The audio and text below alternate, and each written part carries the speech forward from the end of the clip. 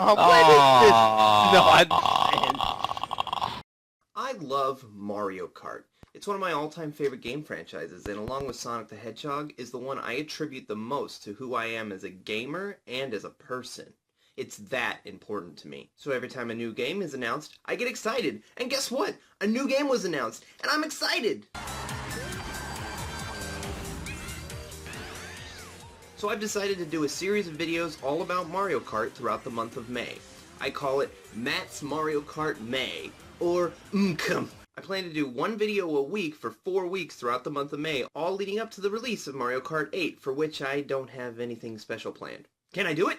Well, let's find out, because here comes my very first Mario Kart related video, the top 5 worst Mario Kart characters. Of all the franchises in gaming, you would think the Mario series would be the least hurting for characters when it comes to their spin-offs, and yet time and time again, Nintendo throws these random, undeserving characters in the many different Mario sports games and spin-offs, and for whatever reason, the worst of the worst seem to end up in the Mario Kart games. Whether it be an abundance of babies or that weird Tamagotchi thing in Mario Kart Arcade 2, the series has had its fair share of duds, and these are what I consider to be the absolute worst of the worst.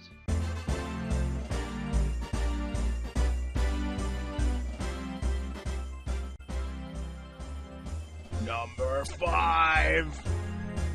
Baby Daisy and Baby Rosalina. Yeah, I'm making these two share a spot, but they both deserve to be mentioned. The baby characters being playable in any game alongside their adult counterparts is sort of offensive in and of itself, but at least in Partners in Time, they tried to explain it. However, Baby Daisy was not in Partners in Time, nor was she in Yoshi's Island, or its sequel, two games that introduced many of these baby forms. So as such, Baby Daisy has no right to exist and can't even be properly explained. It especially doesn't make sense in Mario Kart Wii because Baby Peach doesn't even need like a doubles partner or anything. If Baby Peach was playable in Double Dash or one of the tennis games, it would make at least some sense for them to invent Baby Daisy. She needs a doubles partner. It would still be stupid, but it would at least be somewhat excusable. In Mario Kart Wii, however, you do not team up with another character ever, so Baby Daisy doesn't need to exist. Instead, she takes up a lightweight slot that could have went to Shy Guy or Dixie Kong or something, but nope, Baby Daisy instead. And just because they got away with it once, they decided to do it all again in Mario Kart 8 with Baby Rosalina. How many baby forms do we need? At least they're adorable, which is why they're only number 5 on the list. Number 4. Dry Bowser. New Super Mario Bros. Had a lot of guts by showing one of the main characters in the Mario universe fall into lava and get all of his flesh burned off. In fact, seeing Bowser in his skeletal form as the final boss in the game was crazy cool and one of the most memorable moments in the whole series. Nintendo must have thought so too, because the skeletal form of Bowser, known as Dry Bowser, has appeared in several games since then and has even been playable in Mario Kart Wii, alongside regular, not missing all of his flesh Bowser. Yes, Bowser and his half-dead counterpart can race each other in the same game. I hate it when the Mario series does this.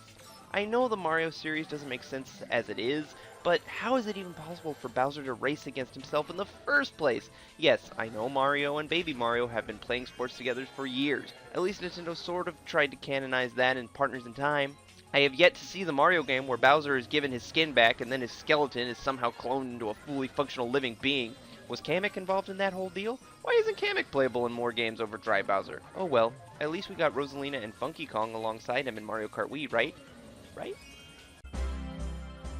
Number 3. Honey Queen. Honey Queen is a giant bee queen from Super Mario Galaxy and Super Mario Galaxy 2. She appears in roughly 3 stages between the two and has maybe 1 line of dialogue. The only significant thing she did was allow Mario to crawl all over her special areas. So naturally, she's a perfect candidate to be playable, right? Never mind that she isn't important in any way. Never mind that it would make no sense at all for her to suddenly be small enough to fit in a cart. Never mind that nobody on Earth cares about this character's existence. Never mind that there are several other cooler characters from Super Mario Galaxy alone that could be playable, like the Gearmos or the Whittles or Lubba, or hell, I'd take Gil, Phil, Jill, and Bill Board instead, but no! The people want Honey Queen. If I was drinking something, I would have done a spit take when I saw the screenshot of this monstrosity plaguing my precious Mario Kart.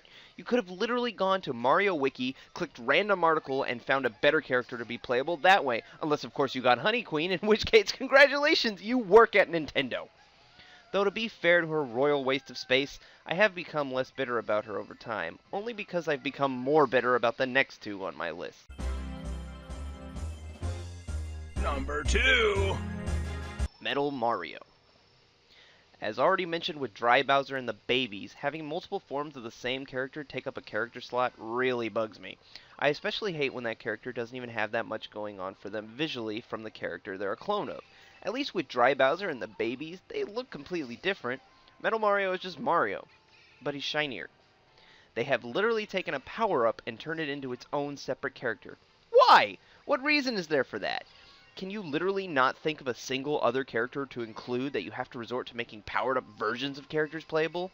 When can I expect Tanuki Mario and Cat Luigi to be playable alongside Mario and Luigi?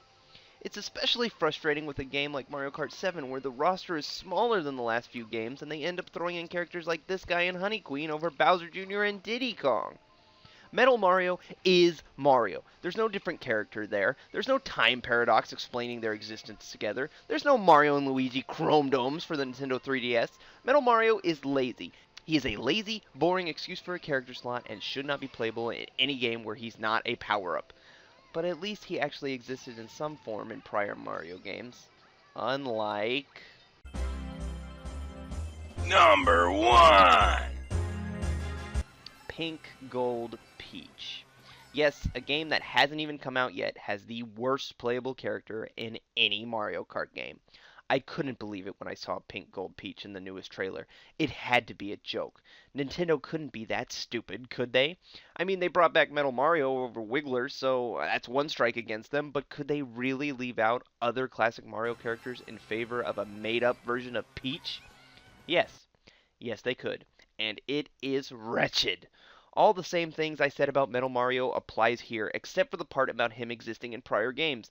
Pink Gold Peach was never in anything. Peach has never used a Metal Box power-up outside of Smash Bros, and she definitely wasn't Pink Gold, which isn't a thing, by the way, it's Rose Gold.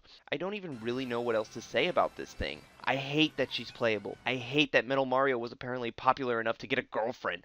And I especially hate that we have a Mario Kart game where we can finally play as all 7 Koopalings, which is amazing, but Bowser Jr. was left out in favor of Pink Gold Peach. What a frickin' joke. So those are the worst Mario Kart characters, in my opinion, of course. I'm sure some of you out there really hate Toadette or Petey Piranha or something, but I don't, so they didn't make the list. Feel free to tell me who you do hate in the comments, and stick around for more Mario Kart videos throughout the month of May. Now, if you'll excuse me, I'm going to go sob in the corner over the fact that Diddy Kong wasn't in Mario Kart 8 or 7. Diddy Kong!